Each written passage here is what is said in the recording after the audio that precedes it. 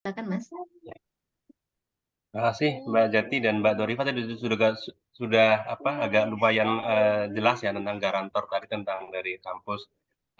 Saya mungkin ngasih alternatif berikutnya. Jadi ada juga beberapa teman di Southampton itu menggunakan garantor dari supervisornya. Kalau PhD kan biasanya punya supervisor dari Indonesia sudah kenal kan, sudah ada email-email sebelumnya. Jadi ketika mau datang minta sama supervisornya untuk jadi UK garantor. Biasanya mereka mau. Biasanya yang kejadian di sini ya di Southampton. Ada alternatif berikutnya itu minta garantor diaspora yang sudah ada di Indonesia, sudah ada di UK cukup lama, karena kan memang ada spesifikasinya ya. Nah, kalau ini memang hubungan personal ya, artinya sudah ada komunikasi, kenal misalnya, tetapi itu juga alternatif. Yang umum sih tadi memang dari kampus ya, kampus biasanya ada juga garantor yang disediakan oleh kampus. Kalau memang nggak ada, bisa minta supervisor kalau di kasus PhD. Kalau master agak, saya dulu waktu master bayar di depan sih memang ya. Iya, iya, itu sih Mbak. Jadi saya tadi kasih dua alternatif yang PhD bisa minta supervisornya untuk jadi UK garantor. Yang kedua diaspora yang sudah ada di sini karena kebetulan di sini juga banyak sekali. Jadi mungkin teman-teman yang masih di Indonesia agak kaget gitu. Saya kan dari Tegal ya sampai ke sini dulu belajar IELTS, belajar bahasa Inggris biar lancar gitu kan. Sampai ke London, sampai ini ketemu orang-orang ngapak banyak di sini ternyata ngomong ngapak lagi. Jadi teman-teman juga mungkin punya bayangan bahwa di UK itu seperti negara yang jauh, ternyata sampai ke sini juga kita banyak sekali orang-orang Indonesia yang sudah lama sekali di sini lah, yang 18 tahun, 20 tahun, 30 tahun. Kalau bisa kontak dari awal, apalagi biasanya sama orang Indonesia lebih dekat ya, lebih mudah ya. Itu bisa minta tolong sama mereka yang sudah di sini. Biasanya via PPI lokal setempat.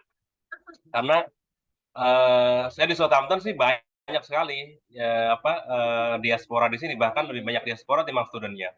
Dulu waktu di Durham itu saya juga ternyata ada juga orang Indonesia yang sudah lama di UK gitu, kota sekecil itu gitu. Jadi teman-teman yang ke arah ke London atau ke kota-kota besar, insya Allah sekarang banyak sekali orang-orang Indonesia yang sudah bermukim di sini cukup lama dan bisa menjadi alternatif ya sebagai garantor di UK garantor di awal. Itu aja Mbak. Ya, terima kasih Mas Didi, insight-nya ini lengkap, menarik juga. Dan memang betul ya, itu points of context pertama itu PPI terdekat, PPI yang lokal gitu ya. Jadi di kota mana nanti tujuannya teman-teman ini di UK, silakan kontak PPI-nya. Dari situ akan mendapatkan informasi lebih lengkap, misalnya apakah dihubungkan dengan diaspora tadi ya, kalau memang kebutuhannya untuk UK Guarantor. Dan mungkin ini ada sekaligus dari PPI nih, Mas Dani, silakan boleh kasih insights nih, Mas Dani.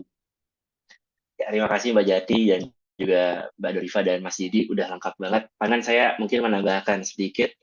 Kalau dari saya sendiri kebetulan dapatnya dari PPI lokal, PPI kota. Jadi biasanya mungkin ada satu akomodasi yang sudah ditempatin oleh orang Indonesia berapa lama gitu. Jadi mungkin dari warganya sendiri, dari yang landlord sendiri udah percaya dari orang Indonesianya.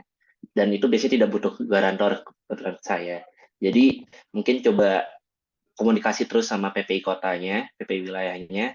Siapa tahu mungkin ada rekomendasi terkait akomodasi. Itu sih mungkin bisa saya tambahkan. Terima kasih. Oh iya, ini menarik sekali nih dari Mas Dani ya. Jadi flat atau akomodasi lungsuran dari sesama warga negara Indonesia. Ini juga teman-teman yang terjadi di Glasgow nih kalau boleh saya share di kota Glasgow. Jadi ternyata para landlord, landlady itu banyak yang lebih percaya dengan tenant yang berasal dari Indonesia. Katanya orang Indonesia tuh bersih gitu ya, resik gitu ya, suka suka merawat flatnya. Jadi mereka tuh lebih kemudian percaya kepada tenan yang warga negara Indonesia dan akhirnya mereka menawarkan saya nggak lepas dulu nih flat ini ke negara lain gitu ya, ke warga negara lain, tapi saya maunya penggantinya tetap dari orang Indonesia, boleh nggak di-share ke teman-teman kalian gitu yang sesama warga negara Indonesia. Nah itu senang sekali ya kita dapat kesempatan seperti itu. Jadi menarik sekali Mas Dani poin yang disampaikan tadi. Teman-teman bisa juga coba kontak dengan WNI yang sudah atau pelajar ya, students yang memang tinggal di UK dan mereka akan back for good, itu biasanya mereka juga menyediakan flat yang bisa dilungsurkan langsung gitu. Jadi itu tanpa UK guarantor, bisa mempermudah teman-teman juga. Oke, saya lanjutkan. Ini ada pertanyaan yang Mas Imbi, memang sedikit tidak nyambung dengan tema webinar. Oke, nggak apa-apa Mas, tapi kita bisa jawab ini ya. Ingin bertanya apakah diperbolehkan membawa susu bubuk dan bumbu-bumbu bubuk di pesawat ke UK? Mungkin ini dulu yang dijawab, silakan. Mungkin ada yang ingin langsung menjawab. Mas Mas Didi, Mbak Didi. Dorifa. Iya. Ya, boleh Mas Indi, asal kering ya. Ya, ya, okay, okay, Ismail. Boleh bawa bumbu. Can you go to the bedroom, okay? Boleh bawa susu bubuk, bawa bumbu karena lebih, bahkan saya sarankan ya, karena lebih apa? Lebih murah ketimbang nanti pas sampai ke UK beli di. Biasanya kalau bumbu-bumbu Indonesia tuh beli ke toko Cina biasanya. Jadi malah kalau bisa bawa sebanyak-banyaknya. Itu aja Mas, Ibi mungkin dari saya. Iya, bumbu-bumbu asal kering ya, itu insya Allah aman di bagasi ya Mas ya, tidak dilakukan pemeriksaan. Kalaupun ada pemeriksaan aman lah, kalau asalkan kering ya Mas Didi ya. Oke, mungkin Mbak Kering, Dorifa kering. atau Mas Dani mau menambahkan soal bawaan, barang bawaan, bagasi? Namain aja kayaknya ya Mbak. Kalau misalnya itu kan dari sudut pandang Mas Dini yang bawa keluarga, bawa bumbu sebanyak-banyaknya. Kalau saya dari S2, bawa bumbu secukupnya. Karena maksudnya nggak tahu kalau di sini saya merasa bahwa kalau memang Mas Imbi maksudnya sedikit banyak bisa masak gitu kan, di sini bisa pakai bumbu yang di sini gitu. Tapi kalau memang lebih suka yang praktis, ya murah dan praktis dari Indonesia gitu. Tapi ternyata saya bawa beberapa bumbu gitu kan, ternyata nggak habis juga. Maksudnya bawa secukupnya. Tapi kalau kayak Mas Didi yang sudah berkeluarga, sakanya akan berbeda, bawa bumbu yang sebanyak-banyaknya karena memang penting kan, tidak hanya satu anggota keluarga ya. Kalau saya kan masih dengan diri saya sendiri gitu. Jadi bawa secukupnya. Kalau Mas Imi sudah berkeluarga, bawa sebanyak-banyaknya. Benar.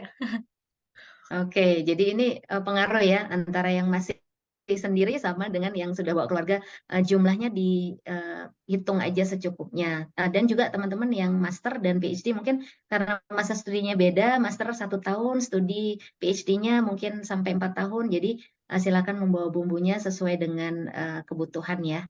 Oke, Mas Dani mungkin ada tambahan, Mas Dani?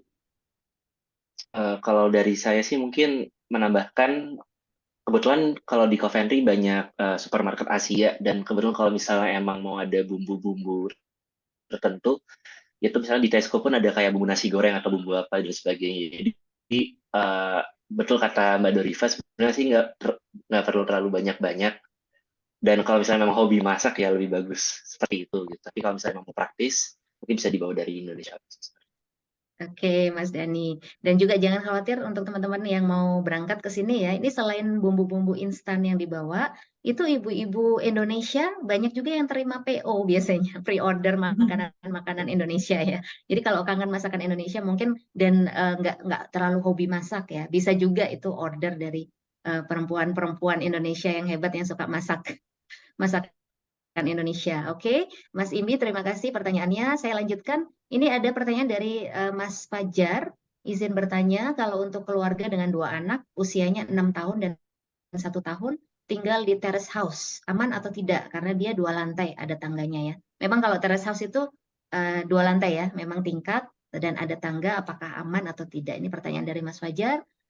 Mungkin Mas Didi, sebagai yang bawa keluarga, ada insights?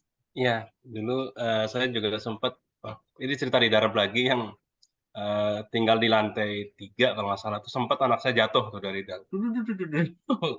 Jadi warning aja buat kita yang masih punya balita ya terutama. Jadi kalau di atas lantai 2, lantai 3 itu kita dulu ada pagar yang kayak apa sih, bisa portable gitu loh. Jadi biar aman gitu ya. Artinya menjaga agar apa, anak-anak yang masih balita ini tidak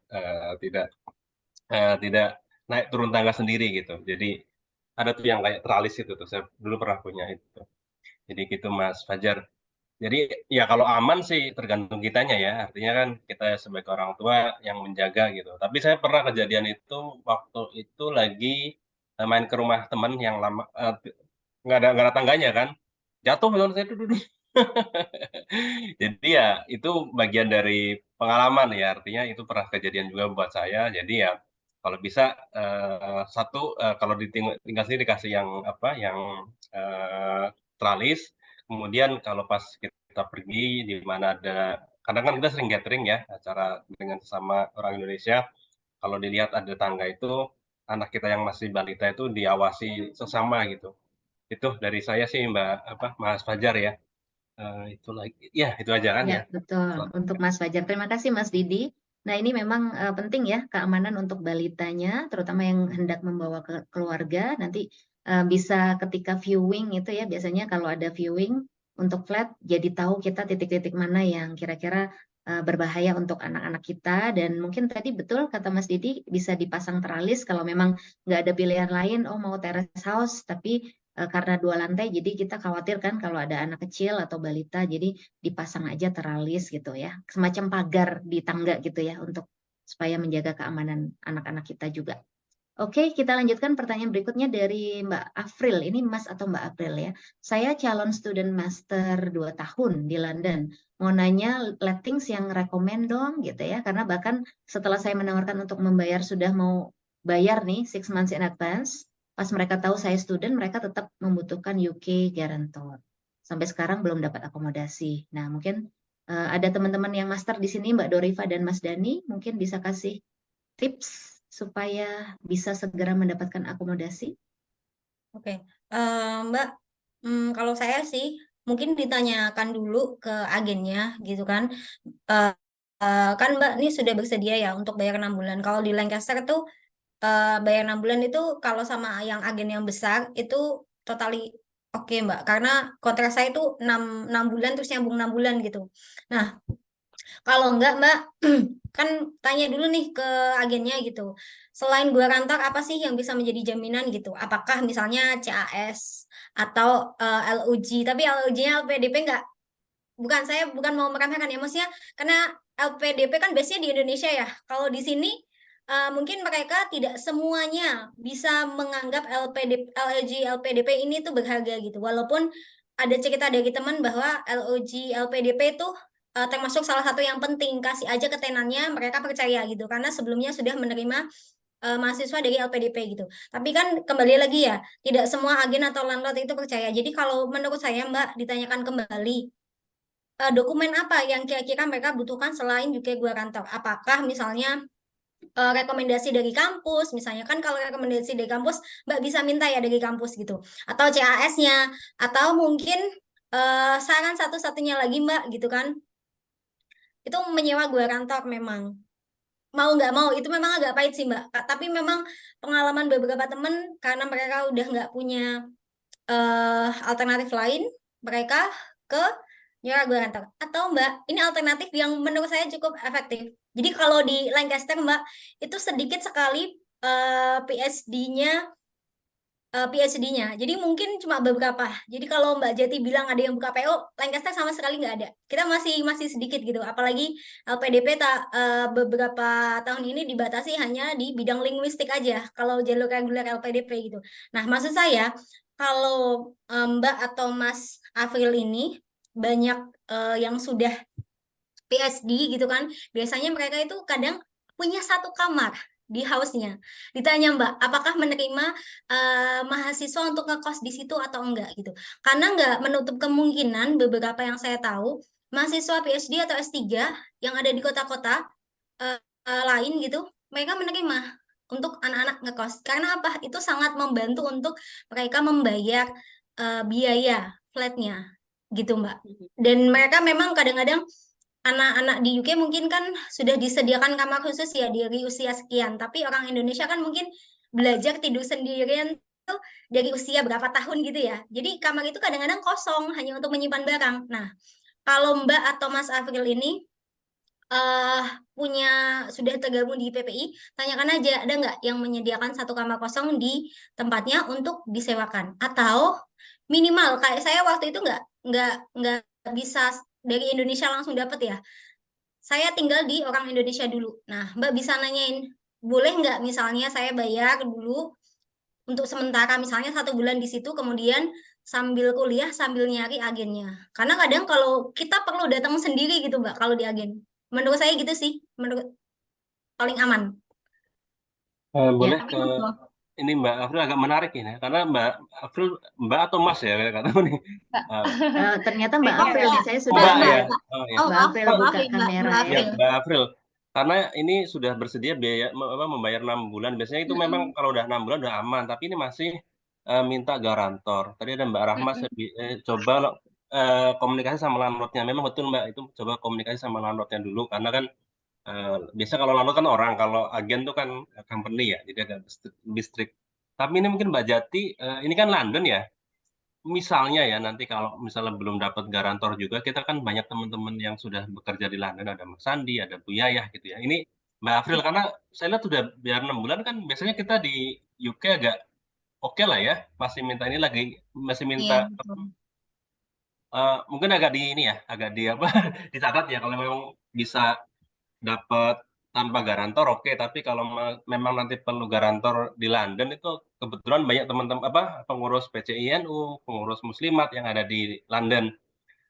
Bisa nanti kita komunikasi lebih lanjut ya, karena ini agak menarik, masih minta lagi 6 bulan, padahal biasanya sih Iya. sudah selesai gitu loh, udah 6 bulan bayar Ya, gitu. ya Mas ini Didi kasusnya Tapi unik kalau ya. komunikasinya sih nggak cuma DM ke lewat email ya, udah coba untuk langsung telepon gitu. Dan saya Mhm, bilang di depan itu saya bersedia untuk bayar 6 bulan di depan.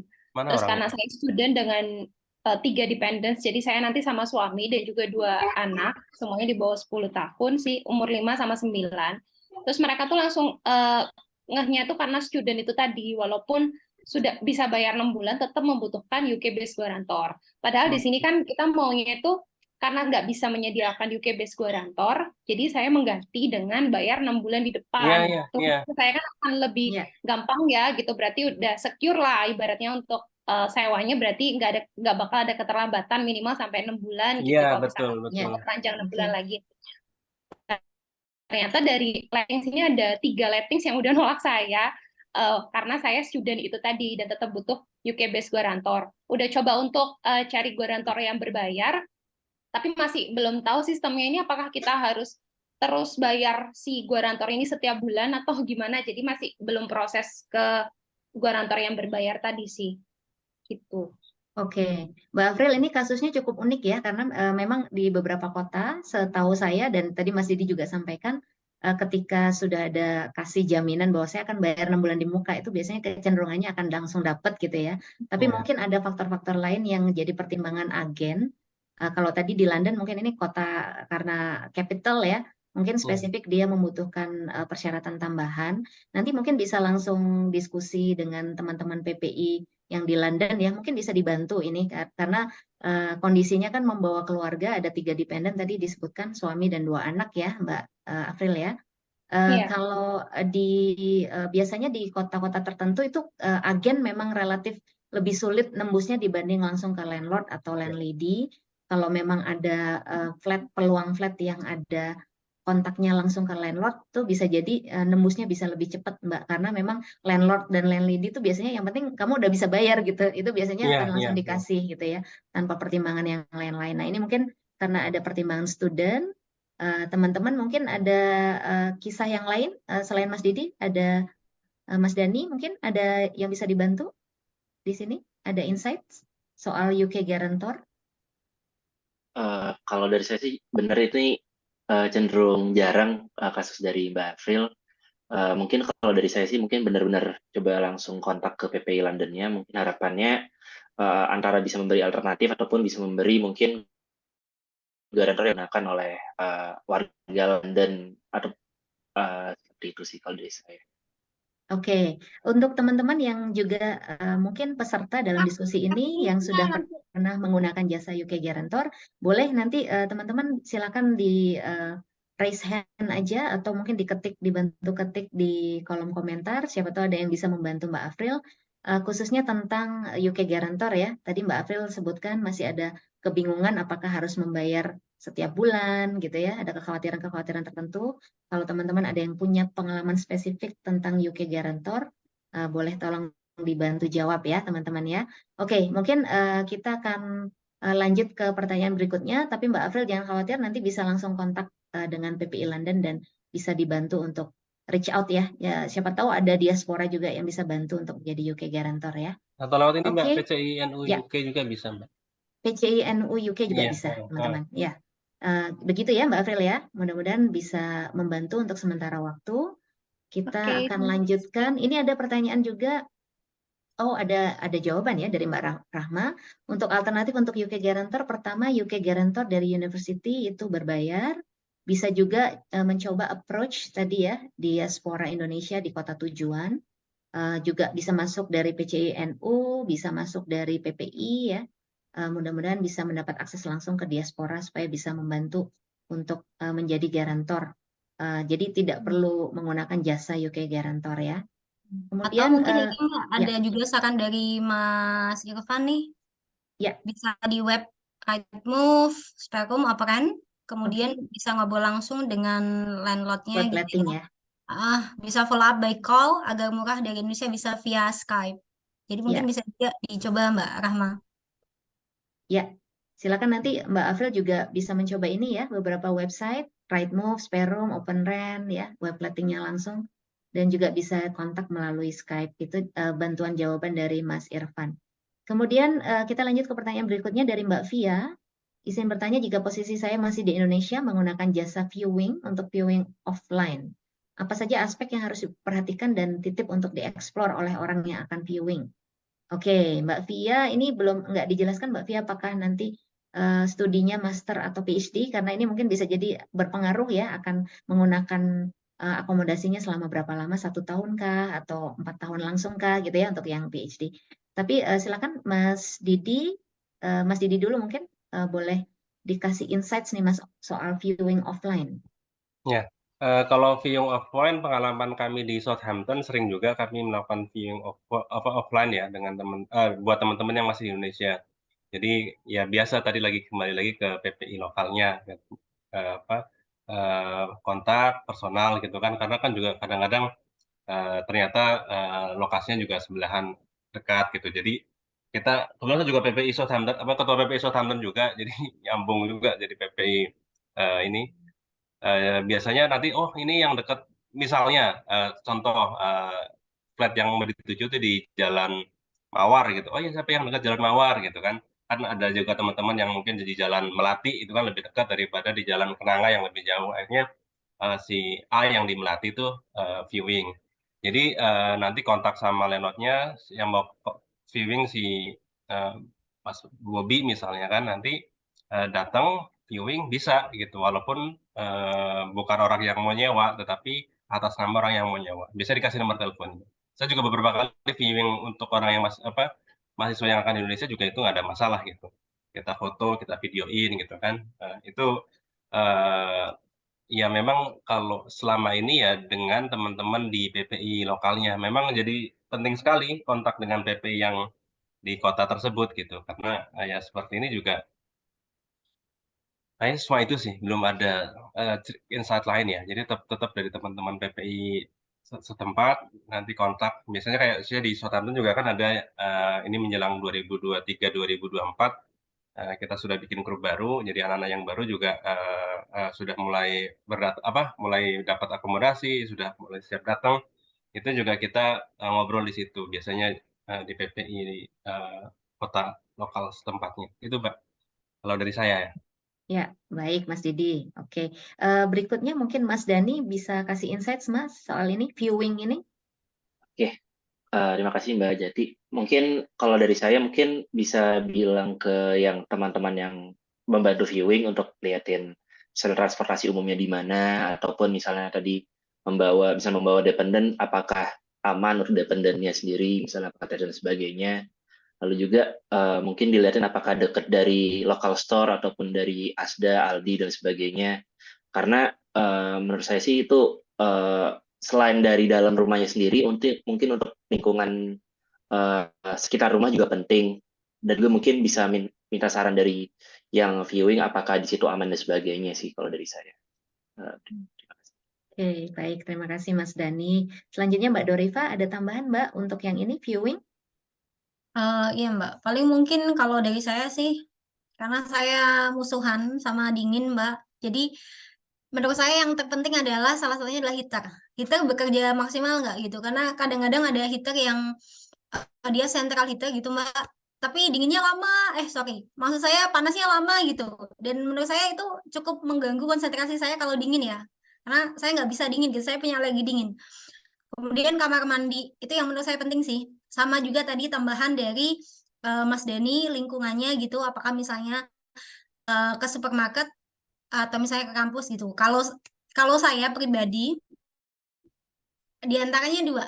Kalau nggak deket kampus, deket sama supermarket besar gitu.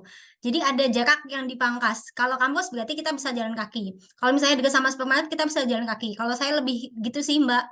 Jadi ada yang dipangkas, mau milih deket kampus atau deket sama supermarket gitu. Kalau menurut saya, misalnya di tengah-tengah itu cukup banyak menyita waktu. Jadi ke kampus naik bis, ke supermarket naik bis gitu. Sama yang tadi dari Mas Didi, betul beberapa PPI mungkin ada yang menyediakan jasa viewing gitu. Ada yang berbayar, ada yang gratis.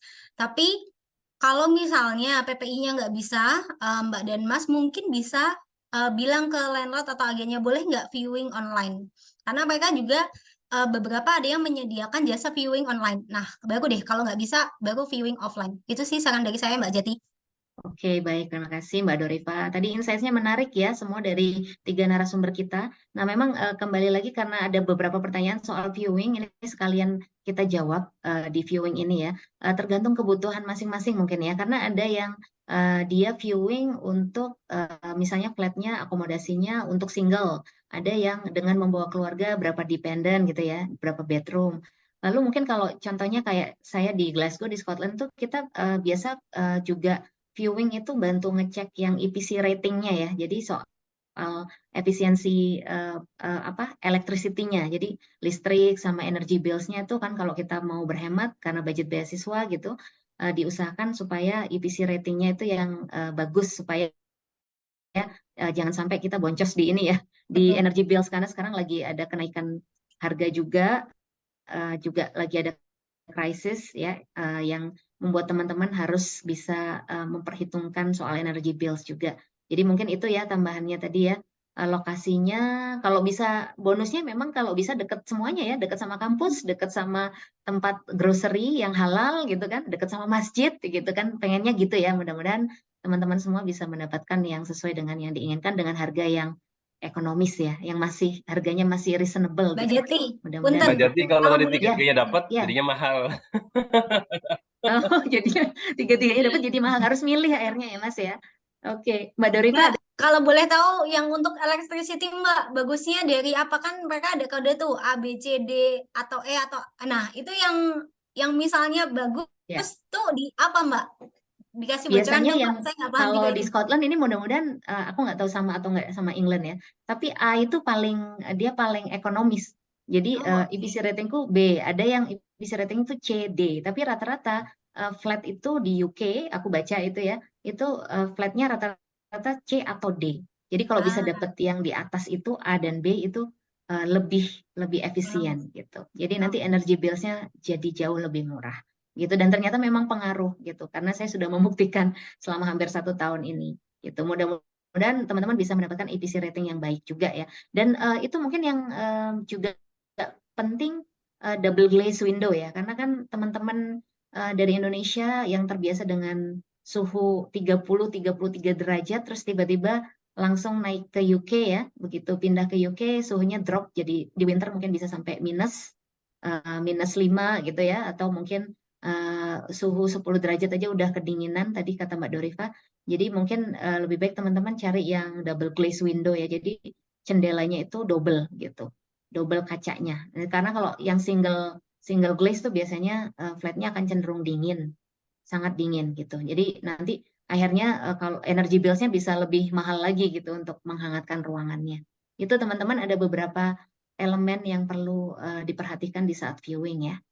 Oke, baik, saya lanjutkan dengan pertanyaan berikutnya. Ini dari mudah-mudahan saya benar menyapanya Mas Haning Tias Alifin Jasmine. Assalamualaikum, terima kasih atas kesempatannya. Mau bertanya apakah pernah mencari properti membayar holding deposit melalui open rent? Itu prosesnya bagaimana? Nah, Ada nggak yang di sini narasumber kita yang spesifik pernah menggunakan Open Rent untuk website pencarian flatnya? Mas Didi, Mas Dani, atau Mbak Dorifa? Saya belum Belum pernah. pernah ya? Oke. Saya belum, Mbak. Mbak Rahma waktu itu dapat dari Operan bukan ya, Mbak Rahma? Mungkin kita bisa menunggu dulu kali ya, Mbak, jawabannya. Maksudnya sebagai saya mungkin mencari info ke teman-teman Mas yang Irfan lain. tuh angkat tangan. Oh iya, Mas Irfan ada yang raise Oh hand. iya, Mas Irfan, silakan Mas monggo, Irfan. monggo.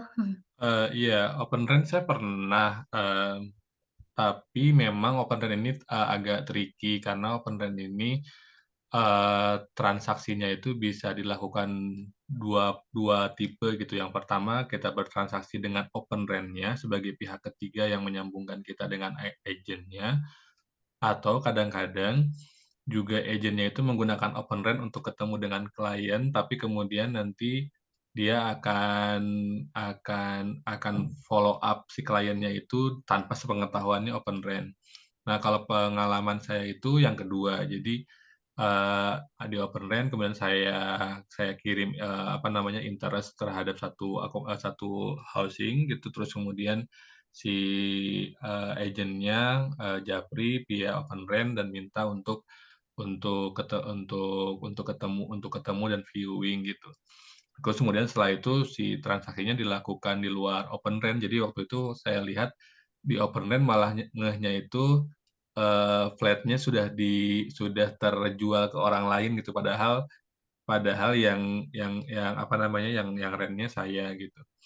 Nah, yang penting sih untuk menghindari penipuan ya, itu yang penting kita melakukan viewing dulu sih dan ketemu dengan orangnya gitu. Kalau misalkan memang nggak bisa, karena di Indonesia bisa tadi minta tolong teman-teman yang di sini mau PPI, PCI Anu UK dan lain sebagainya untuk melakukan viewing gitu, just to make sure bahwa uang yang kita kirimkan ke mereka depositnya itu nggak hangus. Karena tahun lalu ada teman kita yang juga bayar deposit berapa ya, 200 atau 300 pounds, tapi ternyata kena tipu gitu.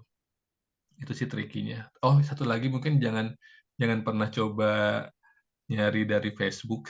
Jangan coba nyari Facebook Marketplace karena itu potensi untuk kena tipunya lumayan sangat tinggi. Saya mengirim interest ke beberapa tempat via Facebook Marketplace, terus kemudian dapat email respon yang sama persis dari 3 orang berbeda dengan narasi yang sama persis gitu, bahwa mereka sedang di Irlandia dan mau cerai dan lain sebagainya gitu, untuk biar kita keluar uang dulu.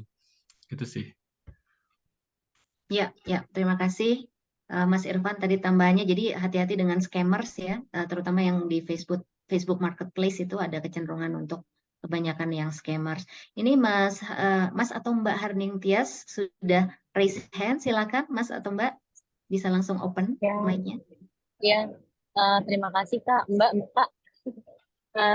Jadi Kak mau tanya, kalau misalkan bayarnya langsung di Open Rent-nya, berarti itu lebih aman ya, lebih trusted daripada takutnya maksudnya berhubungannya di luar dari Open Rent-nya.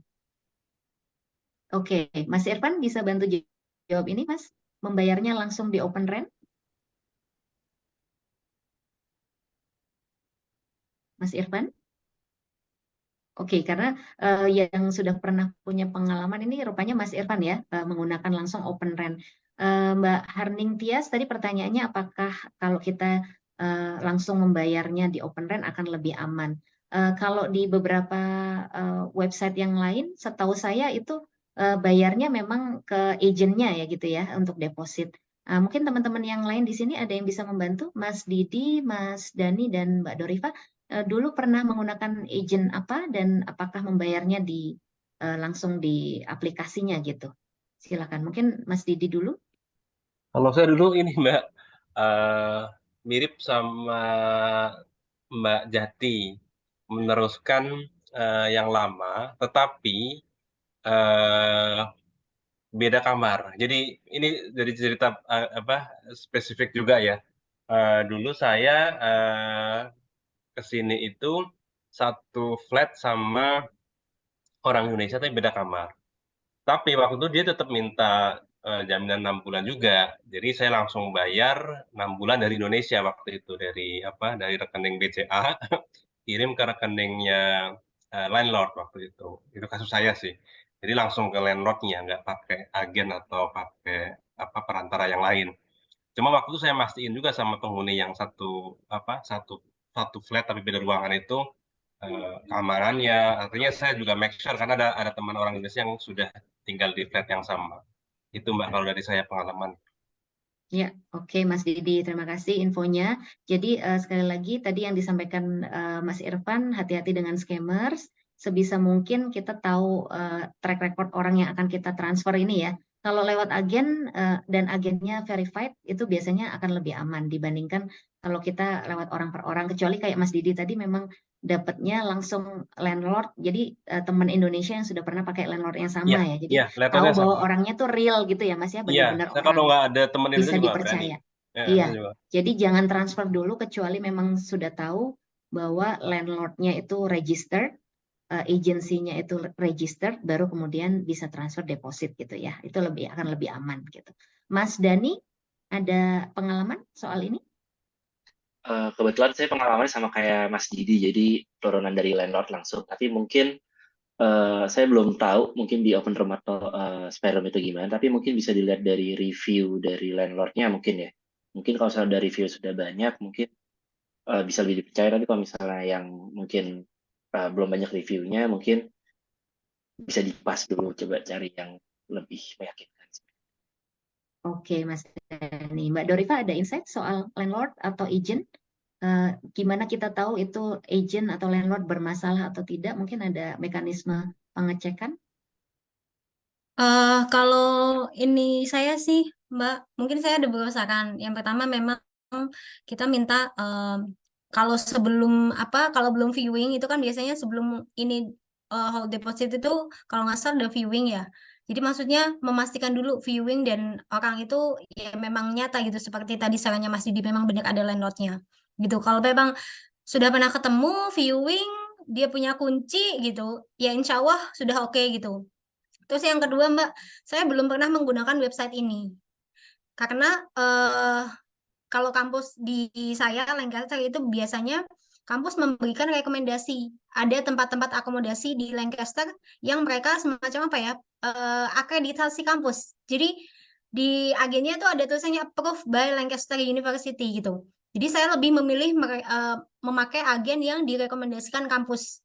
Nah, jadi kampus tuh misalnya ini fasilitas agen ataupun landlord gitu, bukan sih agen ini nanti kalau sudah di approve sama kampus biasanya lebih terpercaya, saya lebih yakin. Jadi saya lebih memilih agen yang sudah di approve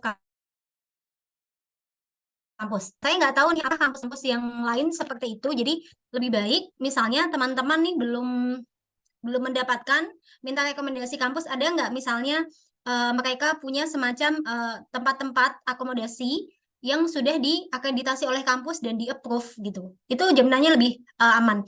Karena kalau di Lancaster sistemnya itu orang-orang penduduk di sini itu banyak juga menitipkan rumahnya ke agen. Jadi walaupun mereka memiliki, tetapnya penyewaan perjanjian agreement itu lewat agen gitu. Seperti teman saya gitu, agennya itu tinggal di pinggir rumahnya, tapi soal perjanjian agreement itu tetap dipegang oleh agen yang bersangkutan gitu. Jadi makanya teman-teman menurut saya langkah paling awal tuh nanya ke kampusnya punya rekomendasi atau enggak. Atau yang kedua tadi viewing dibantu oleh teman-teman PPI. Kalau memang ada orangnya, ya insya Allah bisa dipercaya. Itu tadi dari Kang Irfan gitu. Itu sih Mbak. Ya, oke Mbak Dorifa. Juga mungkin bisa memeriksa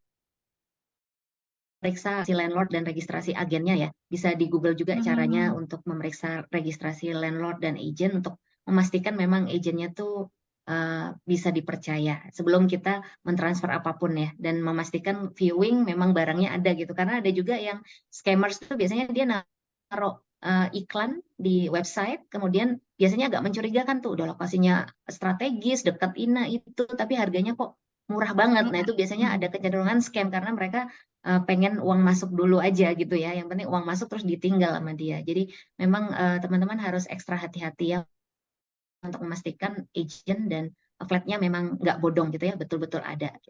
Oke, baik, kita lanjutkan karena ada banyak sekali pertanyaan yang masuk. Ini nanti saya akan combine dengan yang sudah masuk di form. Ini pertanyaan dari Mbak Sandy atau Mas Sandy.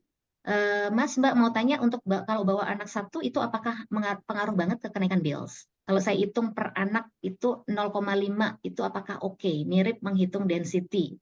Wah, ini hitung-hitungnya udah sampai density nih. Mas Didi mungkin ada pengalaman karena bawa keluarga? Silakan Mas.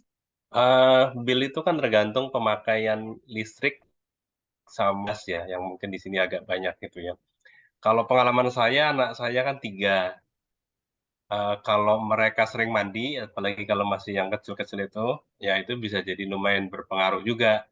Karena mungkin awalnya mandinya susah, tapi kalau sudah di dalam susah juga keluarnya. Jadi pakai air panasnya juga lebih banyak gitu. Jadi ya kalau dihitung sampai 0,5 ya nggak tahu ya.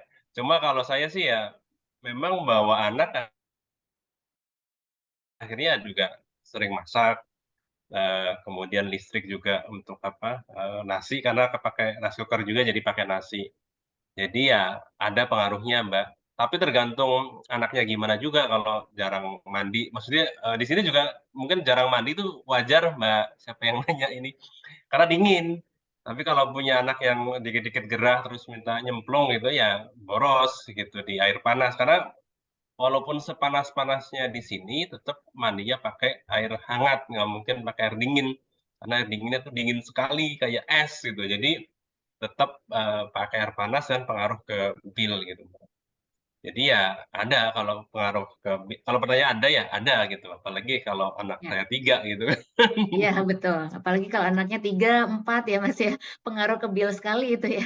Karena elemen bills itu kan ada gas, ada listrik ya Mas ya. Selain tadi mungkin biasanya kalau kalau penghangat ruangan itu bisa listrik, ada pemantiknya listrik, tapi ada Iya juga yang pakai gas ya Mas ya. iya Dan iya, juga untuk pemanas yang air. Oke, air ya. pasti pengaruh ya Mbak Sandy, pasti pengaruh, tapi mungkin menghitungnya nggak sampai rigid gitu juga, tergantung pemakaian penggunaan dari keluarga masing-masing karena ini sangat-sangat tergantung dengan pemakaian begitu ya.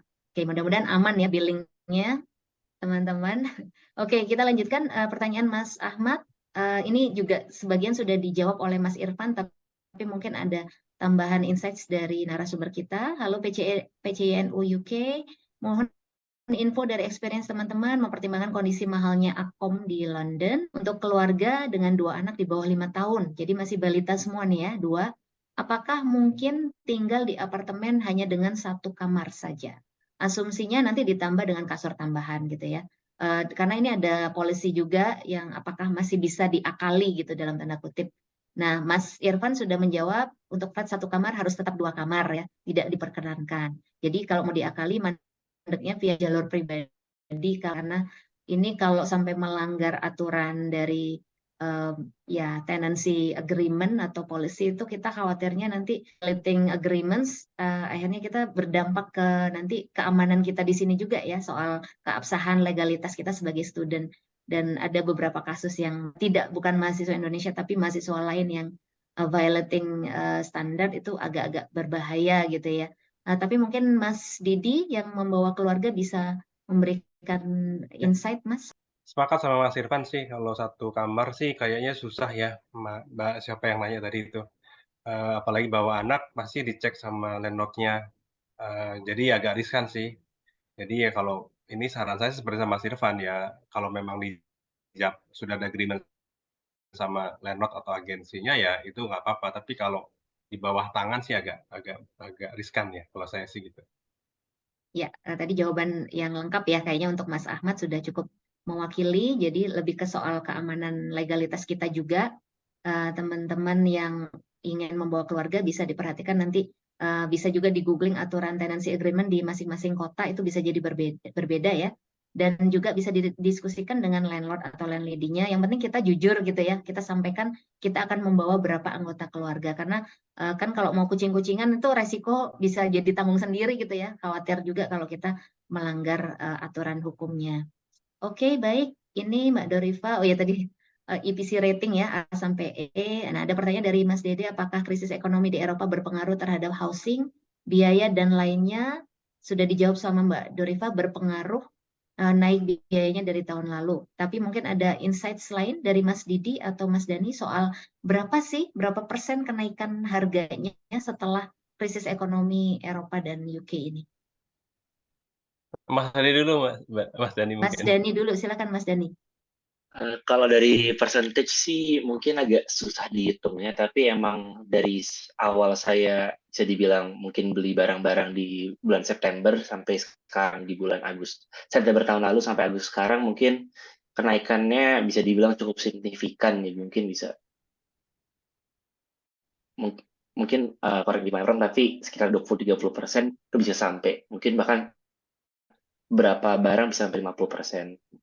Oke, jadi kenaikannya memang ada berpengaruh, tapi bisa jadi faktornya bisa berbeda-beda ya di tiap kota ya.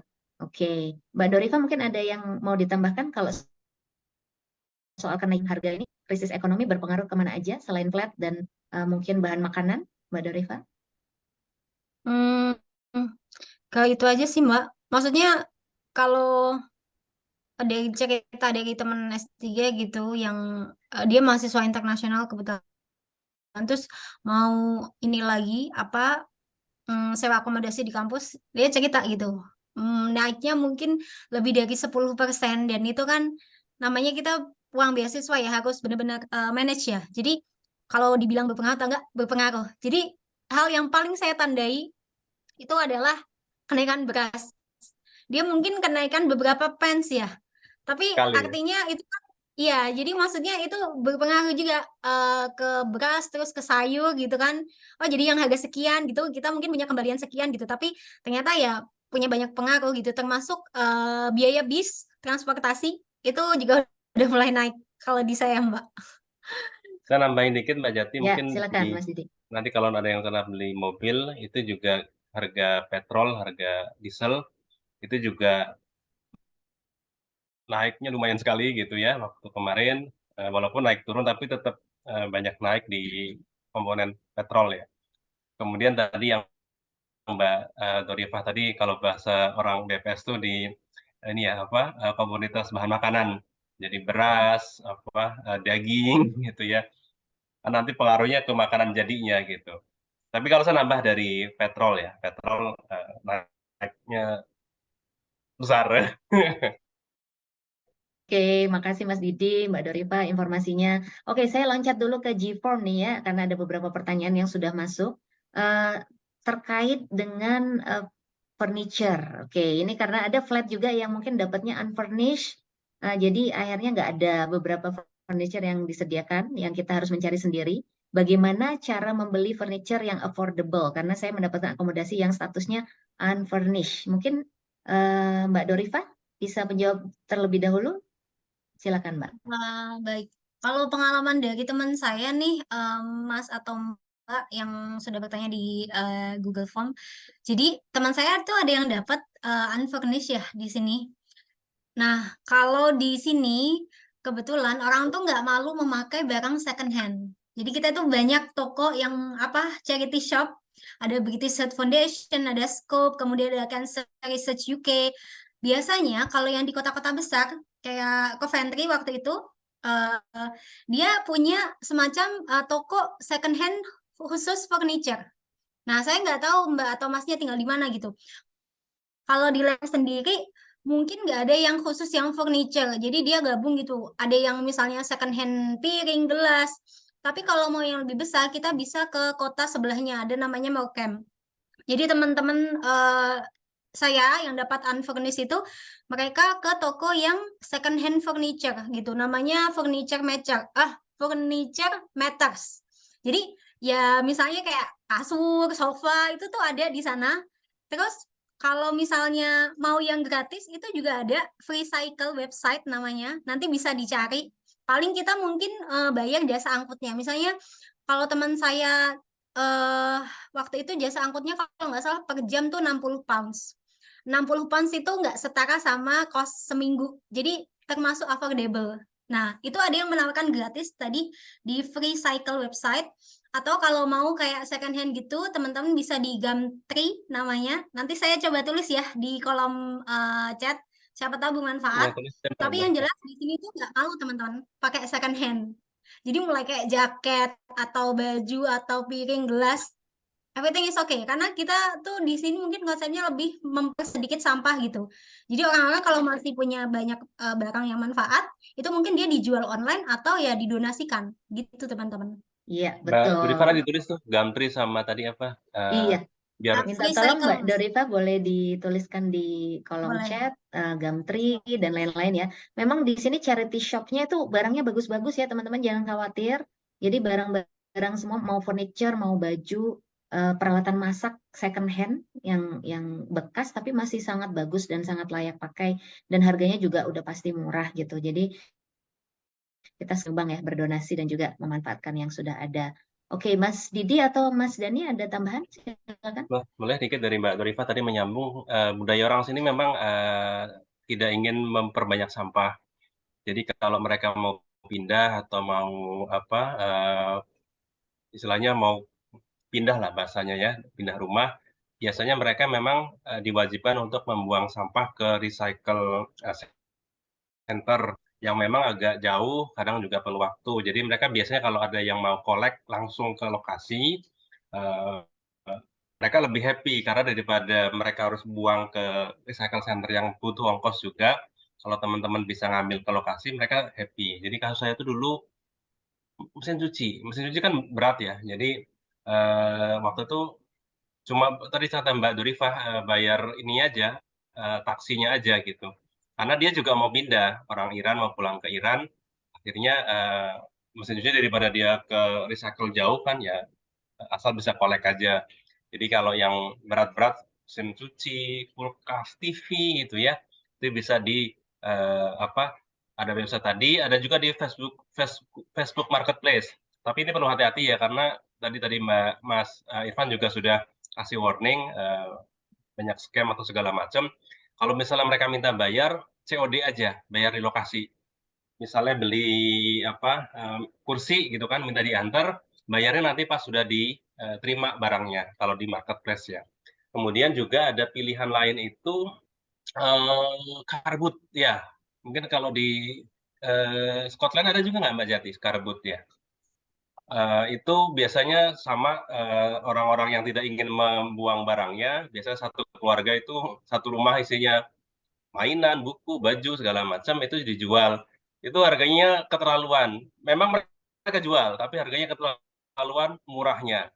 Kayak misalnya harga itu standar tuh 1 pounds atau 20.000 lah gampangannya atau 50p. Kalau di atas itu kita nggak mau beli pokoknya.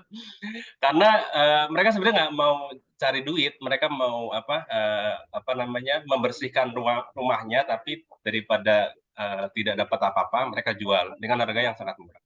Jadi tadi ada di situs, bisa lewat marketplace, bisa ke charity shop yang hampir di seluruh UK ada, atau ke Karbut. Tapi kalau Karbut tuh agak jauh dari kota. Biasanya kalau dulu teman-teman Newcastle tuh patungan beli naik taksi bareng ke lokasinya nanti pulangnya juga barengan naik taksi. Kalau punya kendaraan mobil lebih mudah lagi. Itu tambahan dari saya. Oke, Mas Didi. Mas Dani ada tambahan? Mungkin ada Mbak. Jadi kalau dari saya sih kebetulan di Warwick itu ada kayak sheet untuk jual beli gitu. Jadi mungkin emang kalau misalnya mungkin takut mungkin apa ya kayak lebih enak kalau sama orang Indonesia mungkin bisa ditanya langsung di PPI-nya apakah ada jual belinya. Kebetulan kalau dari saya sendiri kebetulan emang beli ada beberapa kursi dan piring-piring dari orang Indonesia ada kutip lungsurannya tapi ada yang ngejual ada yang langsung ngasih gratis jadi mungkin coba langsung ditanya ke PPI kota ataupun PPI Iya, betul Mas Dani. Ini penting banget ya informasinya. Karena masing-masing kota punya grup WhatsApp khusus lungsuran dan thrift shop kayaknya. Jadi memang kalau mau memanfaatkan yang dari barang-barang yang lungsuran dari warga negara Indonesia juga bisa lewat situ ya. Oke, baik. Kita lanjut ke pertanyaan berikutnya. Bagaimana tata cara kontrak untuk akomodasi di UK? Nah, ini mungkin masing-masing kota bisa jadi beda nih ya, Mas. Tapi secara gambaran umumnya mungkin ada yang ingin disampaikan, Mbak Dorifa mungkin? Kalau dari saya tadi sih Mbak, maksudnya ringkas dari yang sudah disampaikan teman-teman, itu berarti kita memang harus ini dulu ya, viewing dulu, cocok, sama-sama sepakat, mereka akan menawarkan kontrak atau agreement. Kemudian kita baca dulu, kalau misalnya dia nggak paham itu perlu ditanyain teman-teman gitu. Atau misalnya nanti teman-teman sudah menempati tempatnya, akomodasinya, terus misalnya ada kerusakan apa, pas teman-teman datang langsung dikomunikasikan dengan pihak land agennya. Bisa nggak kamu tolong ngecek misalnya toilet saya kok misalnya flashnya nggak berfungsi gitu kan, itu harus dikomunikasikan di awal. Jadi bahwa itu sudah patah sebelum saya datang ke sini gitu. Jangan sampai bahwa nanti kita udah ini kita nggak merusakan, sebenarnya itu udah rusak tapi nggak kita komunikasikan terus kita kena denda misalnya. Kemudian yang kedua itu tadi biasanya apa namanya, kesepakatan dulu atau bayar di muka. Terus saran dari Mbak Jati, cek apakah landlordnya itu terregistrasi atau enggak. Kemudian pembayarannya, kalau ditanya dulu pembayarannya, saya waktu itu kayaknya belum punya rekening UK. Jadi saya pakainya Bank Jago. Saya transfer ke rekeningnya pihak agen itu Bank Jago. Itu bisa. Jadi maksudnya nanti teman-teman saya nggak tahu apakah beberapa pertanyaan gitu dari grup WhatsApp itu mungkin mereka kadang bingung bayarnya pakai apa, terus ada yang sudah apply Bank UK atau belum gitu. Kalau misalnya belum, waktu itu kalau saya pakainya Bank Jago itu kalau nggak salah sekali transfer kita bayar 75.000. Jadi misalnya 2.000 sekian terus kita bukan, dia ada batasannya. Jadi misalnya kayak 1.000 pounds gitu. Itu dia hanya minta untuk eh fee-nya sekitar 75.000. Jadi kalau misalnya memang banyak bisa via Bank Jago, tapi sorry salah nih kayaknya saya pakai Bank Jago untuk bayar itu, tapi pembayarannya lewat Flip teman-teman, atau lewat Wise juga bisa. Kalau Wise itu kan kayaknya bisa apply dari Indonesia ya. Gitu sih kalau saya. Ya, Mungkin bisa masih Flip sama atau sini. Wise. Juga kalau mau yang relatif nggak ada biaya, kita bisa minta bantuan teman-teman pelajar yang sudah ada di UK, sudah punya rekening UK, kita transfer langsung Ya, beli ya, pakai kurs setengah BI ya biasanya ya. ya, Kita mau benar-benar. tuker pounds biasanya, dan ada yang membutuhkan rupiah. Nah, itu bisa tukar pakai kurs setengah BI, titip transfer istilahnya ya, minta bantuan teman-teman pelajar warga negara Indonesia yang sudah ada di UK untuk transfer ke landlord atau agent. Oke, mungkin tambahan berikutnya, Mas Dani atau Mas Didi? Ya cukup, Silakan. Mbak. Kita udah Cukup diskusi ya? banyak tentang ini. Sudah cukup clear ya, Mas Dani ya? Oke, baik, kita lanjutkan ya, karena ini masih ada kaitannya nih dengan akomodasi tadi, tata cara kontrak. Hak dan kewajiban antara landlord dan tenant itu secara umum yang berlaku apa saja gitu, dan bagaimana solusinya jika terjadi dispute. Nah, ini sangat mungkin ya, terjadi dispute antara landlord dan tenant. Nah, itu caranya gimana supaya jangan sampai kita dibawa ke ranah hukum. Ada yang punya pengalaman nih dispute dengan tenant dengan landlord? Tidak ada Kalau ya, dari saya Mas Dani? sih, Ya, silakan Mas. ya maaf Mbak Dorifa. Kalau dari saya sih mungkin belum pernah ada dispute dengan landlord, tapi seingat saya itu dari government UK-nya sendiri itu menyediakan kasarannya kayak jalan tengah lah, ada mediasi dan juga ada tanda kutip bantuan untuk ke court-nya itu sendiri. Nah, itu mediasi itu biasanya nanti dari government UK-nya bakal nyediain mediator, dan itu nanti mungkin saya kirim linknya, tapi intinya sebelum nanti jatuh ke pengadilan biasanya nanti ada beberapa tahap sebelumnya gitu, dan harapannya sih semoga dari teman-teman di sini nggak ada masalah sama landlordnya. Betul, jangan sampai ada dispute ya. Tapi kalau terjadi dispute, jangan khawatir. Kata Mas Dani tadi ada informasi juga bahwa ada mediasi untuk kemudian ketika ada konflik antara landlord dengan tenant. Biasanya kalau ada agent ya, agentnya bisa membantu memediasi juga. Tapi kalau boleh saran, ketika teman-teman memasuki flat itu pertama kali viewing itu kan pasti di-record video ya. Itu disimpan aja teman-teman videonya, record semua kondisi flatnya. Jadi nanti amit-amit kalau ada kejadian kerusakan gitu ya di tengah jalan kita sewa, itu kemudian ternyata uang deposit kita tidak kembali karena dianggap merusakkan barang, kita punya bukti videonya gitu. Misalnya ada ternyata yang memang sudah rusak saat sebelum kita masuk. Jadi selalu kumpulkan bukti aja, karena kalau ada bukti-bukti video, foto itu kan bisa membantu kita nanti kalau ya amit-amit kalau sampai masuk ke ranah hukum gitu ya. Oke, Mas Didi ada tambahan soal ini? Dikit aja Mbak, tadi Mas Dani kan bilang dari government. Ini kan semua student ya. Saya rasa semua university juga punya semacam advokat untuk studentnya. Kalau yang saya tahu di Southampton ada, jadi kalau memang nanti ada masalah dengan siapapun ya, termasuk dengan landlord, kita konsult dulu sama bagian hukum di kampus. Biasanya mereka akan berdiri di sisi kita. Instead of langsung ke tempat lain, kita ini ke kampus dulu. Mereka biasanya akan berdiri di sisi kita, nanti coba dilihat bagaimana kondisinya. Tapi seperti tadi Mas Dani bilang, mudah-mudahan tidak terjadi ya. Tapi ada pilihan itu dari kampus, dari government. Gitu. Oke, baik Mas Didi. Mudah-mudahan menjawab pertanyaan. Saya akan loncat ke pertanyaan berikutnya karena waktunya cukup terbatas. Kita masih banyak pertanyaan yang harus dijawab. Ini spesifik tentang kota Manchester ya. Jadi bagaimana tips dan trik mencari akomodasi untuk 2 mahasiswa dengan 2 dependents di dekat University of Manchester? Saya akan minta bantuan call a friend ini ya, Mas Zainuddin. Mas Zain, boleh dibantu jawabannya Mas untuk Manchester Mas? Boleh Mbak, boleh Mbak. Oke, tadi itu pertanyaannya mencari akomodasi untuk 2 bedroom ya tadi ya? Iya, untuk 2 tenant ini malah karena iya, jadi spesifik bagaimana caranya untuk mencari akomodasi untuk 2 mahasiswa dengan 2 dependents. Berarti 2 masing-masing mahasiswa. mahasiswanya punya dependents nih kayaknya ya, Baik. di dekat University of Manchester. Ya, Ya. baik. Jadi sebelumnya sih saya juga akhir-akhir ini nih membantu teman-teman untuk viewing. Dan kalau boleh saya sampaikan kondisi di lapangan itu memang sekarang itu situasinya agak krisis juga gitu. Jadi teman-teman saya juga yang saya bantu viewing memang belum banyak yang mendapat gitu. Bahkan ada yang sampai viewing berkali-kali dengan saya ya belum dapat. Jadi mohon maaf nih, tapi saya sampaikan kondisi di lapangan realnya seperti itu. Nah, tapi selama ini tuh yang saya viewing itu selalu dalam bentuk ya apartemen gitu. Nah, sedangkan di Manchester ini sendiri sebenarnya cukup umum untuk cari terrace house gitu. Jadi kebanyakan di sini kita itu tinggal di shared house bareng-bareng sama orang Indo, termasuk dari keluarga sendiri. Biasanya di sini banyak yang satu rumah itu diisi 2 keluarga dan sebagainya gitu.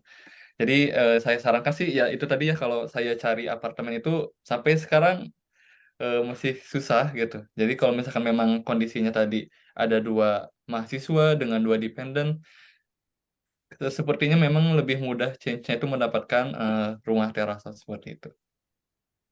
Oke, Itu disarankan mungkin. oleh Mas Zain kalau bisa terrace house ya mungkin ya, itu Iya, peluang terasa saja. yang saat ini terbuka gitu ya. Memang teman-teman Iya. ini UK ini lagi ada krisis housing, makanya ini memang webinar ini mudah-mudahan sangat bermanfaat untuk teman-teman yang akan berangkat, dan ini kita semua dari berbagai unsur organisasi membantu ya teman-teman supaya bisa mendapatkan solusi segera. Mudah-mudahan teman-teman bisa segera mendapatkan flat masing-masing sesuai yang diinginkan. Tapi kalau memang ada pertanyaan tambahan ya, ada follow up yang merasa belum terjawab sepenuhnya di webinar ini, silakan teman-teman nanti bisa langsung menghubungi PCNU UK, bisa juga hubungi PPI UK, bisa juga langsung menghubungi PPI dari kota masing-masing ya, kota-kota tujuannya. Itu nanti akan dibantu. Oke, Mas Zain, silakan Mas, ada Ya, tambahan? mohon maaf Mbak, ada tambahan. Terus saya bagi tips juga gitu untuk mencari akomodasi sendiri. Memang biasanya itu teman-teman Indo sendiri suka ada yang promosi gitu dan sebagainya gitu, menawarkan. Nah, itu biasanya dibagikannya itu di grup pengajian karisma kayak gitu. Jadi bagi teman-teman yang mau ke Manchester, ya wabil khusus memang teman-teman yang Muslim mungkin bisa gabung di grup pengajian karisma itu gitu. Karena banyak informasi tentang akomodasi dari sana gitu. Ya, baik. Terima kasih Mas Zain informasinya. Khusus yang Manchester bisa teman-teman langsung ke grup pengajian karisma ya di Manchester ya. Kita akan lanjut ke pertanyaan berikutnya. Saya intake 1 Januari 2024. Apakah bisa mendapatkan akomodasi di bulan Desember akhir? Mengingat pasti sudah penuh di bulan September. Jadi intake-nya masih 1 Januari 2024 gitu. Apakah bisa dapat di Desember? Mas Dani dulu mungkin. Silakan Mas Dani. Terima kasih Mbak Jati. Kalau dari saya sendiri, kalau misalnya dijawab bisa, pasti bisa. Tapi mungkin seperti saran Dorifa, mungkin coba tanya langsung ke kampusnya dulu, apakah memang menyediakan tanda kutip untuk tanggal 1 Januari. Dan juga mungkin kedua mungkin bisa ditanyakan ke PPI lokal juga, PPI kota, apakah memang ada tempat yang bisa disewakan, bisa dibilang seperti itu. Lalu yang ketiga sendiri mungkin kalau memang sudah mentok sekali, mungkin bisa di spare room atau open run yang tadi sudah dibilang oleh Mas Irfan juga, tapi jangan lupa untuk dicek apakah keabsahannya bagus atau enggak. Seperti itu sih, Mbak. Oke, Mas Didi atau Mbak Dorifa ada tambahan soal ini? Kalau Januari sih biasanya lebih sepi malah Mbak Jati ya, karena kan ramenya itu kan anak-anak itu masuk September. Tetapi juga karena lebih sepi juga ada kondisi lain yang keluar juga sedikit gitu. Jadi memang di Januari ini agak berbeda dengan yang September, bisa jadi lebih sedikit yang mencari, tetapi juga supply akomodasinya juga tidak sebanyak ketika Agustus yang sudah pada mulai pulang. Tetapi kalau dapat atau enggak ya kemungkinannya bisa gitu seperti tadi Mas Andi bilang gitu. Tapi memang tadi supply demand-nya seperti itu. Ya, karena memang kalau yang Agustus September biasanya banyak yang bad for good ya Mas ya. Jadi supply-nya otomatis lebih berlimpah dibanding bulan Desember. Tapi ya insya Allah dapat Mas Mbak yang tadi bertanya soal apakah bisa kalau Januari terus dapatnya di Desember gitu ya. Mbak Dorifa ada tambahan soal ini? Kalau pengalaman temen S3, Mbak, kebetulan waktu itu ada temen S3 juga, kalau nggak salah, beliau berdua tuh datangnya kalau nggak Desember di Januari awal. Memang struggle ya, maksudnya nggak mudah gitu. Saya kan bilang bahwa Lancaster itu juga nggak mudah gitu, karena teman-teman yang masih di Indonesia pun saat ini juga masih mencari-cari. Jadi waktu itu kalau temen, dia sempet di Airbnb dulu, mungkin 2-3 minggu. Jadi sambil mencari landlord yang kita datangin langsung gitu, Mbak. Tadi sempat saya obrolin ya bahwa kadang ada yang sampai di sini duluan baru mencari landlordnya. Karena landlord itu kadang-kadang bisa jadi dia lebih banyak apa ya, maksudnya dia mengiklankan, tapi mungkin kita nggak ini ya, nggak bisa reach out gitu kan. Jadi mereka bisa datangin langsung. Dan waktu itu ada teman yang memang dapat ketika mendatangi agen yang bekerja sama dengan landlord.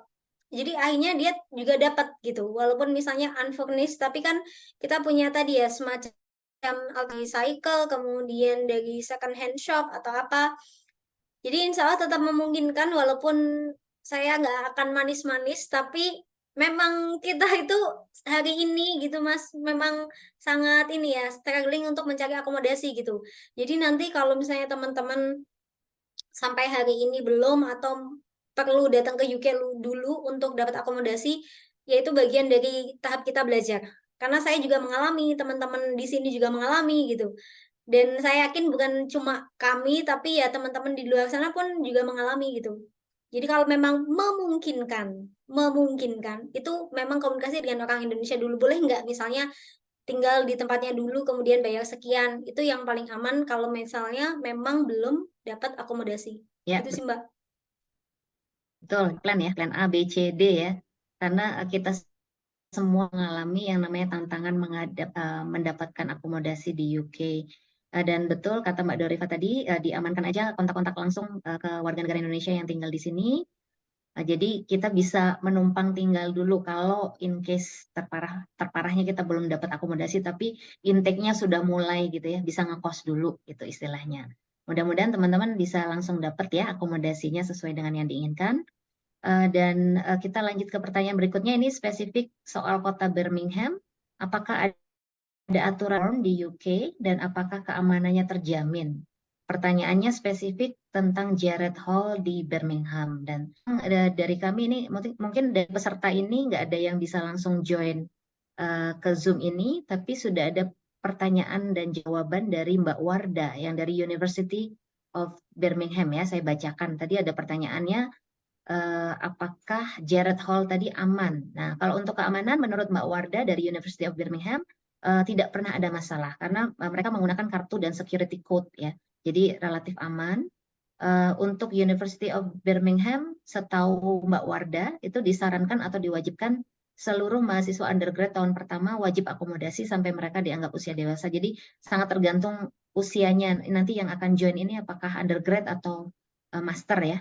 Nah, itu ditanyakan dulu apakah undergrad atau postgrad. Mungkin kalau ada yang bergabung di sini yang menanyakan tentang University of Birmingham, bisa langsung di kolom chat disampaikan aja apakah yang menanyakan ini undergrad atau postgrad. Nah, untuk posisinya Jared Hall ini ada di luar kawasan kampus. Jadi jalan kaki sekitar 5 menit ke kampus.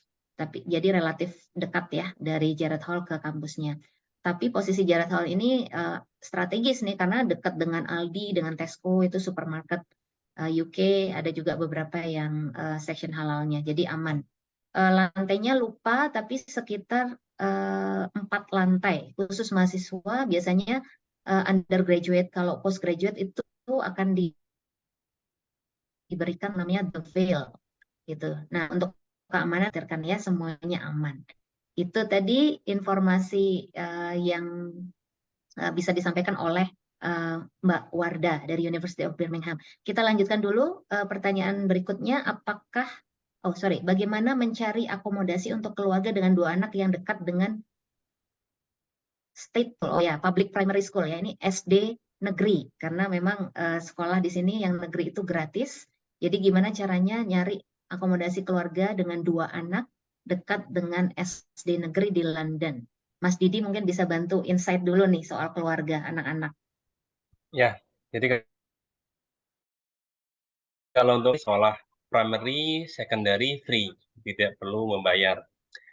Untuk akomodasi apakah bagaimana mencari akomodasi yang dekat dengan public private school itu karena maksud saya gini, itu disediakan oleh pemerintah setempat, setiap lokasi itu ada sekolahnya. Kalau primary school agak banyak ya, artinya di setiap daerah itu pasti ada primary school-nya. Jarak berapa meter lah, di bawah 1 kilo lah, 500 meter itu ada pasti primary school. Jadi mungkin untuk ini akomodasinya dapat dulu, nanti habis itu baru cari sekolahnya. Bukan cari sekolahnya dulu baru akomodasinya, karena sekolahnya itu ada di setiap berapa radius gitu ya. Jadi cari akomodasinya, nanti cari sekolahnya, dan kalau bisa daftarnya sih dari awal. Tapi walaupun daftar ini kalau saya sih idealnya daftar dari depan juga bisa dari Indonesia, nanti langsung arahkan ke sekolah yang mana dekat dengan akomodasi kita. Karena pilihan sekolah juga itu akan tergantung dengan lokasi akomodasi kita. Nanti City Council-nya akan cariin sekolah yang dekat dengan rumah kita. Itu idealnya. Tapi kalau memang sudah nyampe, terus baru cari sekolah juga bisa. Saya juga dulu waktu S2 itu begitu kondisinya. Nyampe dulu baru cari sekolah. Tapi akhirnya jadinya lebih lama nunggu karena sekolahnya kan dicari dulu sama City Council. Dan dapatnya agak jauh dari akomodasi saya karena yang dekat sudah penuh. Tetapi bagusnya lagi di UK, kalau jaraknya jauh lebih dari berapa kilometer itu disediakan taksi. Jadi varian saya diantar jemput taksi itu dulu waktu S2. Tapi waktu ini yang sekarang sih saya dari awal sudah cari, dapat juga dekat dari sekolah. Itu primary school. Nah, tricky itu kalau yang secondary school karena tidak sebanyak primary. Kalau secondary itu mungkin 10 primary, 1 secondary. Jadi kalau misalnya ada yang nanti anaknya sudah dewasa, ya teenagers itu, nah itu agak lebih harus cari secondary itu lebih hati-hati karena kasus anak saya itu waktu yang dapat secondary jauh dari rumah saya karena yang dekat itu penuh. Saya email sama City Council. Jadi bukan ke sekolah ya, ke City Council. Jadi ini semua ke City Council. Email kondisinya jauh-jauh gini, anak adiknya 2 gitu kan. Karena setelah di appeal dapat sekolah yang lebih dekat. Tapi karena kondisinya sekolahnya ada cuma 1 itu gitu. Jadi gitu. Primary school yang penting akomodasi dulu, baru nanti primary school-nya bisa cari yang di dekat dengan lokasi tempat tinggal. Ya, betul Mas Didi. Jadi akomodasi itu kunci banget ya. Kunci untuk kemudian teman-teman bisa mendapatkan primary school yang terdekat dari rumah. Tapi jangan khawatir karena semuanya udah dijamin sama City Council di sini. Pendidikan tuh hak untuk semua anak ya istilahnya ya. Bahkan sampai kalau ternyata penuh primary-nya dan dapat primary yang jauh, itu disediakan transportasi gratis bentuknya taksi. Di Scotland juga disediakan bis gratis gitu. Jadi semuanya difasilitasi supaya anak-anak kita mendapatkan pendidikan gratis semuanya gitu ya untuk primary dan secondary. Oke, karena tadi ada pertanyaannya spesifik di London, saya mau raise dulu nih di forum, apakah ada teman-teman di forum ini yang tinggalnya di London dan memang punya anak usia sekolah primary?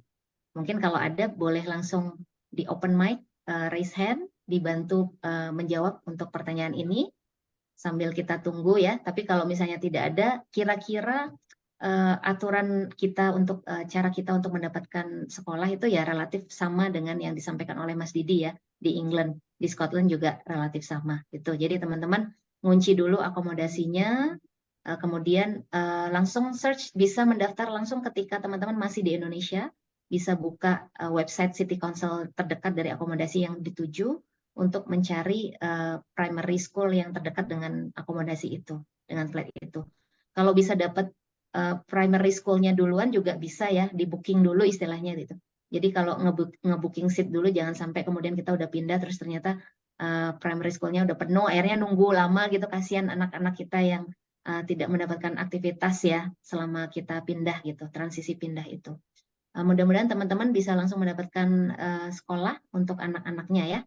Oke, kita lanjutkan dulu. Nanti kalau ada yang mau nambahi dari London boleh langsung open mic ya.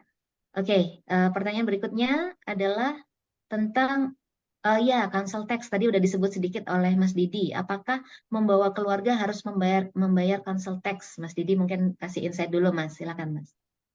Iya, council tax itu kalau kita student tidak harus bayar, nanti kita pakai rule of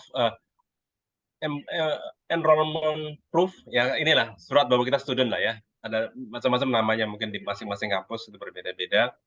Dengan surat bukti kita sebagai mahasiswa di kampus A itu nanti jadikan bukti ke City Council untuk mendapatkan tax exemption. Biasanya kalau pertama datang mungkin kok ada pajak berapa ribu itu kan, jangan khawatir, asal kita student itu sudah masuk sebagai bagian dari biaya kita di kampus untuk pajak. Jadi nanti kalau misalnya dapat itu langsung aja di email ke City Council-nya bahwa kita adalah student, selama satu kepala keluarga itu bawa anak, bawa istri, tidak perlu bayar pajak. Jadi itu Mbak, Ya. siapa yang nanya tadi? Ya, ini itu, Ya. kita free untuk pajak tempat tinggal. Oke, jadi jangan khawatir teman-teman yang akan datang membawa keluarga. Di sini council tax-nya free, bisa tax exemption. Yang penting surat pernyataan kita sebagai student dari kampus itu kunci ya untuk kita bisa apply untuk tax exemption. Dan mungkin kalau saya bisa kasih tips sedikit, karena kalau Mas Didi kasusnya, Mas Didi adalah studentnya ya Mas ya. Jadi suami yang studentnya, kalau saya yang student. Jadi kalau boleh kasih tips aja, ketika kita mengamankan tenancy agreement itu pakai atas nama student, jangan pakai atas nama dependent gitu ya. Jadi meskipun saya misalnya dependent saya kan suami. Nah, itu kalau bisa tenancy agreement ketika kita sewa rumah atau flat itu atas namanya atas nama student, itu akan lebih membantu. Karena kan student tuh di sini dapat benefit teman-teman. Benefitnya adalah salah satunya adalah tax exemption itu tadi. Jadi tidak perlu membayar tax. Oke, baik. Kita lanjutkan berikutnya. Bagaimana manajemen viewing? Jadi ini balik lagi ke soal viewing ya, supaya tidak boros mengeluarkan biaya viewing. Nah, jangan sampai berkali-kali viewing. Padahal tadi sudah Mas Zen juga sempat, waduh, udah berkali-kali belum dapat juga ya flatnya ya. Nah, apakah ada alternatif jasa viewing lain selain melalui PPI kota setempat? Nah, saya mungkin minta insight dari Mas Dani nih, mewakili PPI. Silakan Mas. Ya, terima kasih Mbak Jati. Kalau dari saya sendiri mungkin bisa tanya langsung ke landlordnya terkait dengan apakah bisa online viewing seperti yang tadi dibilang oleh Mbak Dorifa dan Mas Didi. Tapi kalau dari saya sendiri sih mungkin lebih enak untuk langsung video call dari PPI terkait ya. Mungkin balik lagi ada yang berbayar ataupun tidak, namun lebih lebih pasti gitu, karena misalnya minta mau ada insight-insight lain di dalam, misalnya kayak tadi soal EPC dan sebagainya, mungkin bisa lebih detail. Tapi kalau misalnya mungkin untuk landlord, mungkin tanda kutip keterbatasan bahasa dan sebagainya, mungkin jadi tidak bisa benar-benar tersampaikan apa keluh kesahnya. Jadi mungkin kalau dari saya mungkin bisa opsi lain, mungkin online viewing, tapi kalau dari rekomendasi saya sendiri mungkin lebih enak di PPI lokal seperti itu. Oke, terima kasih Mas Dani insight-nya. Mbak Dorifa ada insight? Mungkin dari mata Garuda? Kalau saya ini sih Mbak, memang apa ya, viewing itu kadang-kadang tergantung sama agennya ya. Jadi misalnya kita mau dalam sehari itu, misalnya kita minta tolong sekalian viewing dua rumah gitu ya. Itu belum tentu bisa agennya gitu. Kadang mereka, karena mereka itu yang pasti ada viewing dari yang lain, dari orang lain ya. Jadi kamu jam sekian ya gitu. Itu kita memang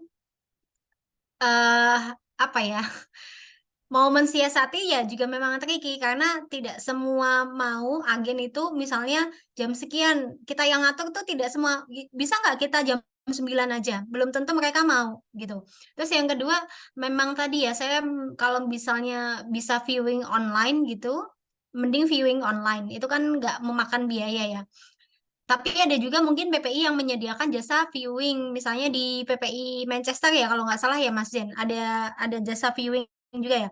Tapi kalau di Lancaster biasanya kita nggak buka jasa viewing sih. Jadi kalau misalnya mau minta tolong viewing, biasanya kalau ada temen yang mau volunteer, kita bantu gitu Mbak. Jadi misalnya kayak saya nih, Mbak, saya bisa bantu jasa viewing, tapi kalau pagi aja sampai jam 11, selain itu saya mau di perpustakaan, soalnya saya ngejar tesis. Biasanya saya gitu. Jadi nggak berbayar, tapi saya menawarkan jamnya. Oh, jam sekian sampai jam sekian ya Mbak, selain itu saya nggak bisa gitu Mbak. Jadi nggak apa-apa, tanya aja ke teman PPI gitu. Karena nggak semua orientasinya uang, tapi kalaupun memang harus dibayar ya, mungkin karena teman-teman akses view-nya perlu naik bis dan bolak-balik, itu balik lagi ke biaya. Dan itu memang, mohon maaf, Ya, jadi kalau bolak-balik dari betul. kampusnya bisa diuangkan tuh 50 ribuan kali ya ke Ya, uang bahkan Indonesia. mungkin lebih Mbak. Kalau Ya, pounds-nya sekarang udah 5 pound saja sekali jalan itu udah 100.000 ya. nah Kalau itu jadi mungkin dirupiahkan ya. betul. Ya, Betul, Mbak. jadi Jadi memang mungkin lebih ke biaya bis kali ya Mbak, bukan biaya jasa betul. mereka gitu. Betul. Oh, jadi uang penggantian transport mungkin ya. Karena kan teman-teman di sini yang diminta tolongin ini juga mahasiswa yang sedang struggling ya, berbekal dari beasiswa juga. Jadi mungkin mohon pengertiannya gitu ya untuk teman-teman yang menggunakan jasa viewing. Ada juga yang membantu secara sukarela karena mungkin posisinya dekat memang. Jadi tinggal jalan kaki aja dari flat dia ke flat yang akan dituju itu. Tapi kalau ada biaya transport biasanya minimal penggantian biaya transport itu aja ya. Dan memang itu tadi Mbak Dorifa sampaikan soal waktu biasanya. Kalau teman-teman yang student biasanya kan terikat waktu ya, dengan yang PhD itu dengan supervisor, submission dan lain sebagainya. Yang master juga ada perkuliahan, ada submission ya. Jadi mungkin bisa juga minta bantuan dari dependents-nya yang mungkin pasangan-pasangannya yang ada aktivitas yang bisa membantu, sukarelawan gitu ya untuk membantu viewing, itu juga bisa. Jadi yang penting teman-teman jangan ragu untuk kontak langsung dengan PPI lokal ya, kota terdekat, atau mungkin grup pengajiannya yang di masing-masing kota. Juga bisa lewat PCI NU, Fatayat NU, semua pokoknya semua unsur ini bisa akan membantu teman-teman yang akan datang ke UK ya. Oke, ini ada kalau di saya pertanyaan terakhir untuk yang Google Form, best route ya atau rute terbaik untuk dari Durham City Center ke Durham University. Nah, ini Mas Didi mungkin bisa bantu, silakan Mas. Ya, makasih Mbak Jati. Ini yang nanya siapa ya? Nah, ini belum ada, saya tidak disampaikan namanya di sini. Oh ya. Iya, silakan Mas Karena Didi. kan Durham City-nya juga di mananya dulu tuh. Tapi kalau best route-nya itu ke kampus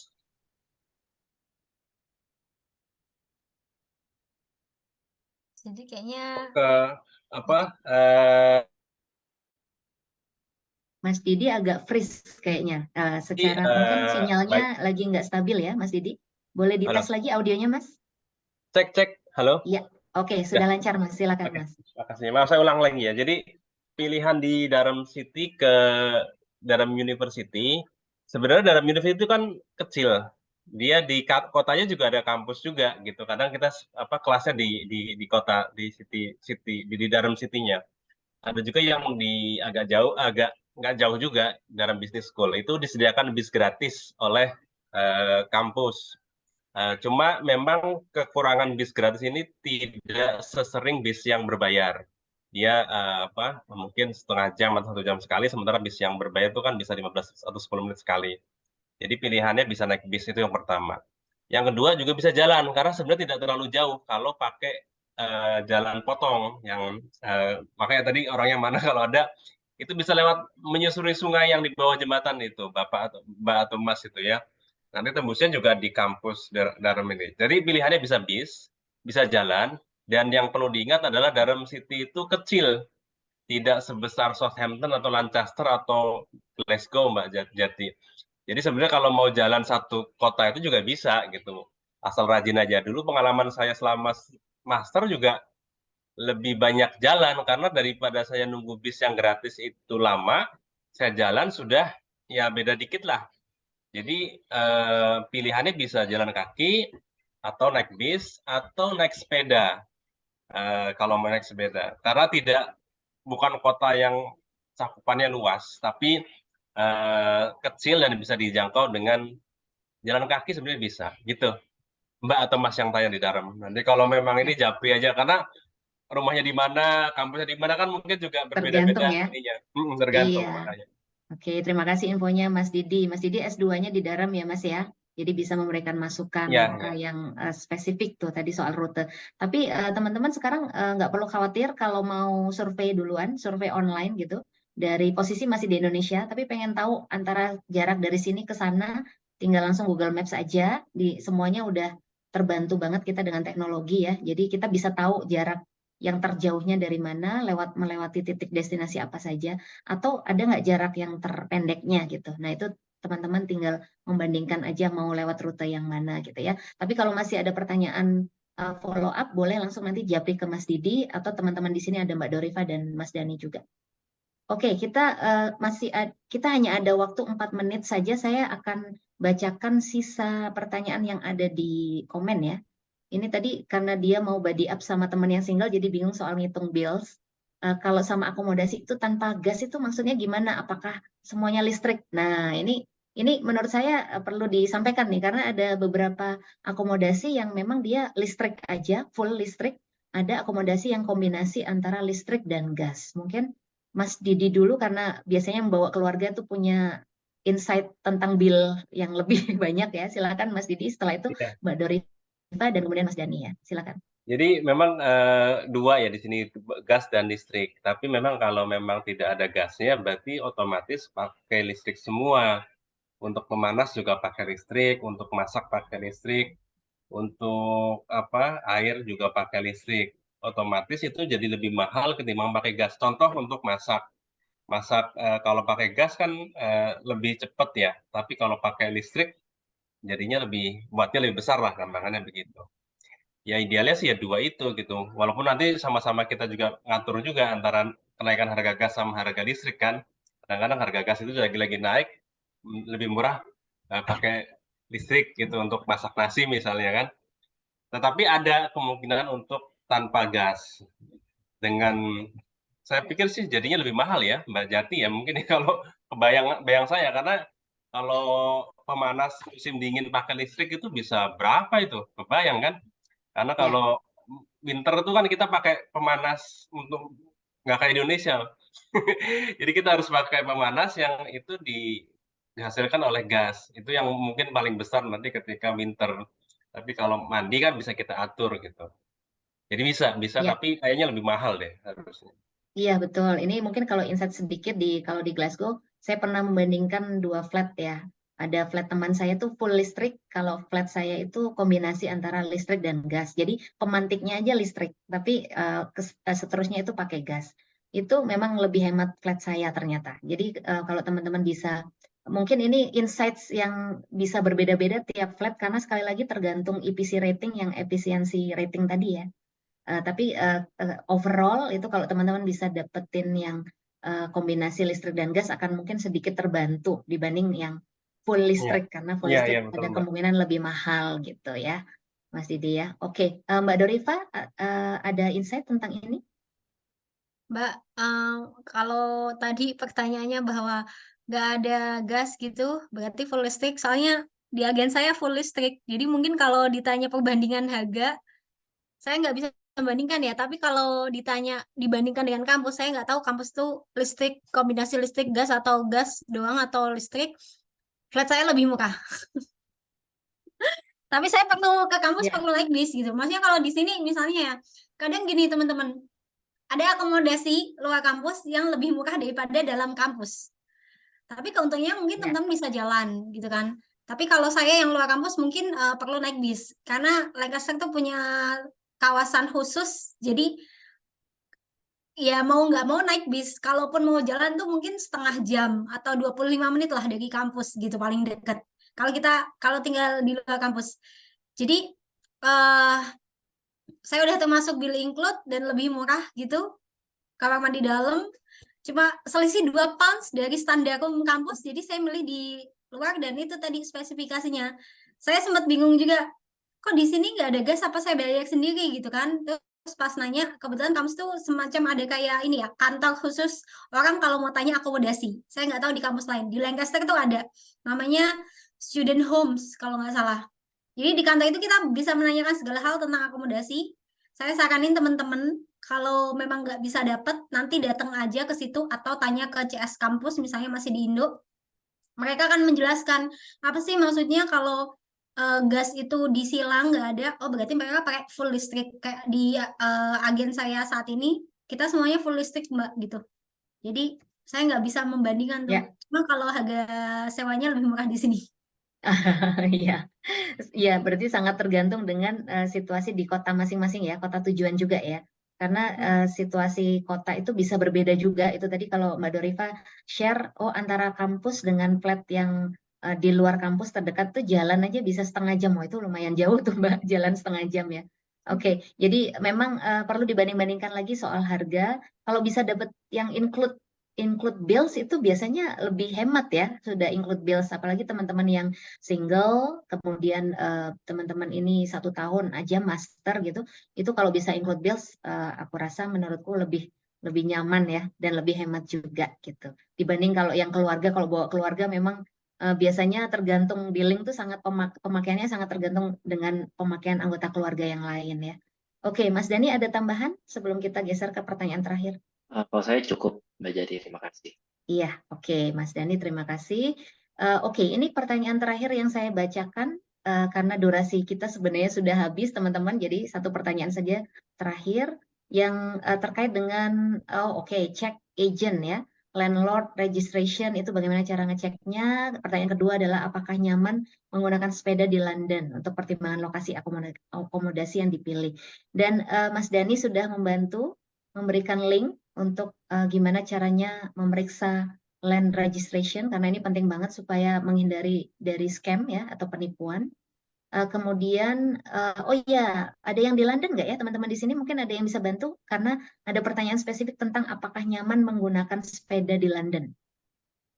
Teman-teman yang ada bergabung di forum ini, apakah ada yang lokasinya di London atau mungkin pernah ke London gitu ya? Nyaman nggak sih pakai sepeda di London? Kalau saya sih pernah di London, kayaknya nyaman-nyaman aja ya. Oke, Mas Irfan silakan Mas, bisa ditambahkan Mas. Iya, saya S2 waktu itu di UCL.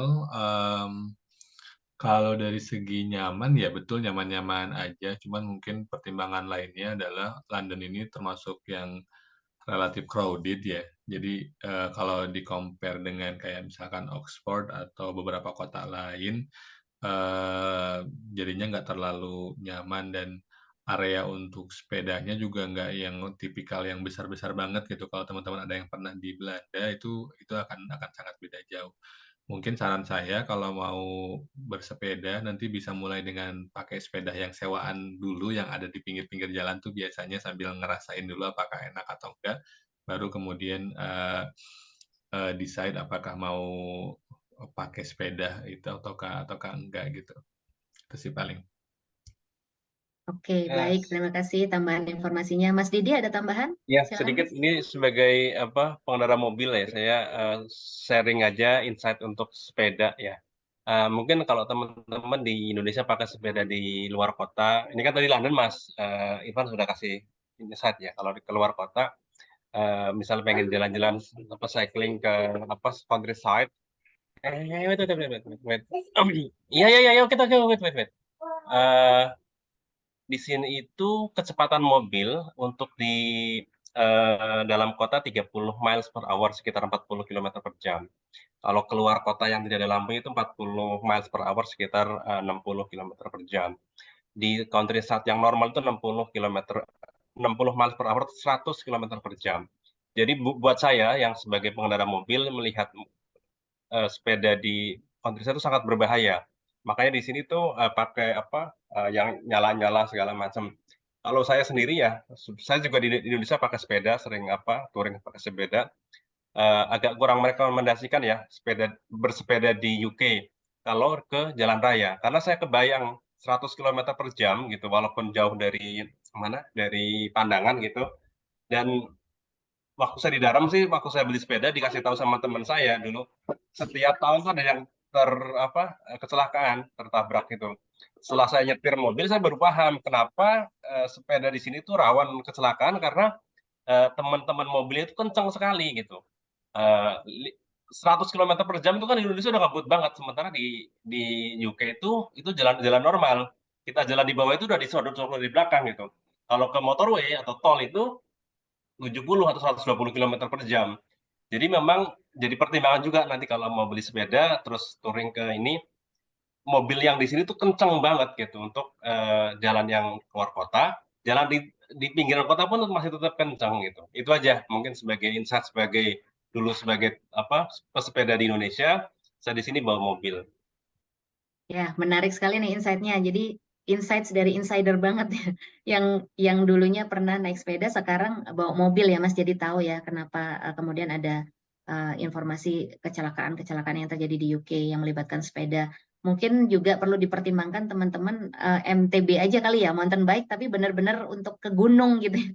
Dibawa ke pinggiran untuk ke gunung, tapi bukan untuk dipakai di jalan raya kalau untuk soal keamanan. Oke, sayang sekali teman-teman, durasi kita sebenarnya sudah habis. Ini saya lihat masih aja ada pertanyaan ya, ada 2 nih. Mungkin jawab cepat aja ya, Mbak Mas.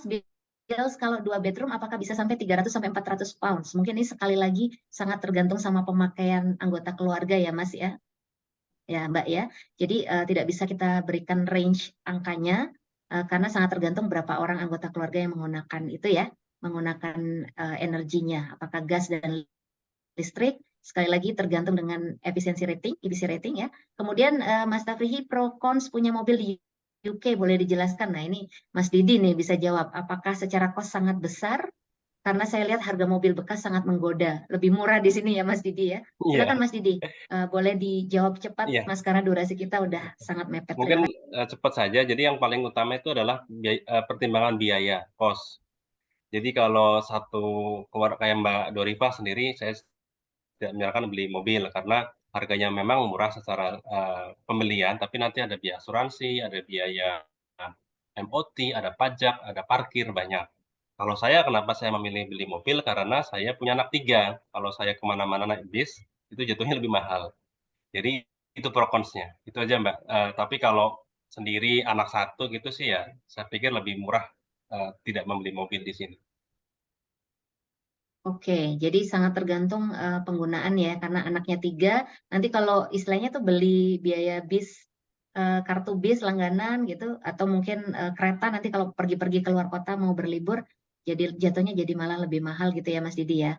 Oke, baik. Ini mungkin yang range harga tadi 300-400 pounds untuk bill. Kalau di Glasgow sih 2 bedroom antara 100 sampai 150 pounds. Tapi sangat tergantung sama pemakaian ya. Mas Didi ada insights kalau 2 bedroomnya Mas Didi? Kalau hitungan saya sih mahal ya, 300 ya. Ya sekitar 100-200 tadi lah, sama kayak Mbak Jati Iya. juga. Berarti untuk billing, untuk kombinasi, karena kita kombinasi listrik dan gas ya Mas ya, antara 100 sampai 150 pounds lah Iya, disediakan setiap sekitar bulan itu. ya. Untuk mungkin kalau saya 4 anggota keluarga, jadi dengan 2 anak ya. Ya, bodo ya. amat. Jadi sangat tergantung penggunaan dari anggota keluarga tadi. Baik, terima kasih narasumber yang sangat informatif, informasinya sangat bermanfaat dari beberapa titik di UK, kota-kota yang cukup penting di UK. Dan terima kasih teman-teman yang sudah bergabung di sesi diskusi kita kali ini. Untuk pertanyaan-pertanyaan yang mungkin masih ada ganjel gitu ya, masih ada belum terjawab, boleh teman-teman silakan langsung menghubungi organisasi-organisasi yang tadi saya sebutkan di awal. Bisa melalui titik PCINU juga boleh, lewat PPI UK juga boleh, PPI lokal yang kota-kota tujuannya juga boleh, juga bisa melalui pengajian-pengajian di kota-kota tersebut ya, kota-kota yang menjadi tujuan. Nah, sebelum kita akhiri, boleh kita foto bareng dulu, ini untuk dokumentasi juga. Apakah bisa dibantu Mas Irfan? Atau ya, betul. Oke, jadi Mas Irfan yang akan membantu untuk capture screen. Teman-teman boleh saya persilakan untuk membuka kameranya yang masih bergabung bersama kita. Ini akan jadi dokumentasi penting nih ya, karena sekali lagi akomodasi ini salah satu titik utama, poin yang sangat penting diamankan sebelum kita berangkat ke UK. Oke, saya sudah melihat beberapa teman-teman sudah membuka kameranya.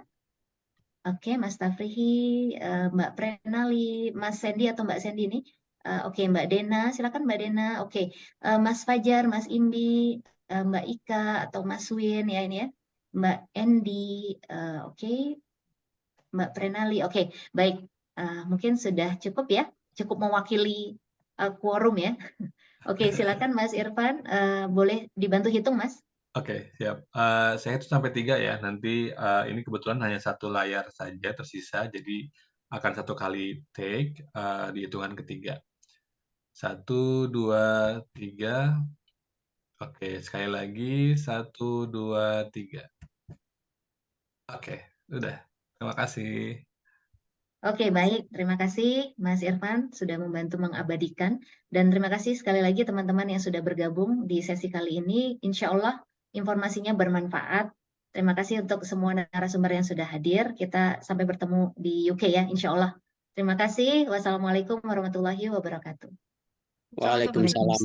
Waalaikumsalam warahmatullahi wabarakatuh. Kasih banyak. Terima kasih. Terima kasih banyak. Kecilin dulu pokoknya kalau ada pertanyaan. DM Terima atau kasih DM juga Mbak boleh. Dorifa, Mas Didi, Mas Dani, Terima kasih Mas Mbak. Zen. Terima kasih semuanya. Saya Mas izin Irfan, live saya ya. izin live Izin ya. live ya. Ya, terima kasih. Terima kasih banyak, saya izin live.